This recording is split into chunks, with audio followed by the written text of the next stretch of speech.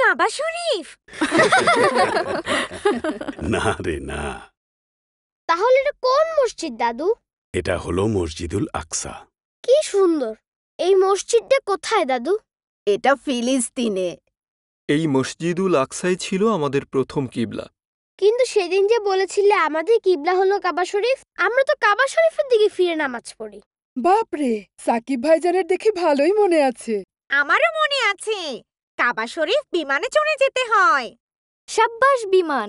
তাহলে এসো বিমান, তোমার পিঠে চড়ে কাবা শরীফ যাই। সর্বনাশ, পালাও পালাও। শোনো সাকিব, আমাদের শেষ নবী হজরত মুহাম্মদ সাল্লাল্লাহু আলাইহি ওয়াসাল্লাম আল্লাহর আদেশে প্রথমে এই মসজিদুল আকসার দিকে মুখ করেই নামাজ পড়তেন। এরপর আল্লাহ রাব্বুল আলামিন কাবাকে কিবলা বানিয়ে দেন। সেই থেকে কাবাই হলো আমাদের কিবলা। কাবা শরীফ বানিয়েছিলেন হজরত ইব্রাহিম আলাইহিসসালাম এবং তার ছেলে ইসমাইল আলাইহিসসালাম।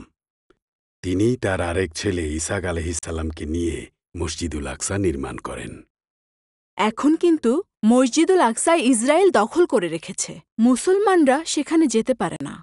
তবে তুমি আরেকটু বড় হলে আমরা তোমাকে নিয়ে কাবা শরীফে হজ করতে যাব, ইনশাআল্লাহ। ইনশাআল্লাহ। ইনশাআল্লাহ। আল্লাহ তোমার দোয়া কবুল করুন। চলো দাদু ভাই, এবার তাহলে বাড়ি ফেরা যাক। আসসালামু আলাইকুম। আসি আঙ্কেল।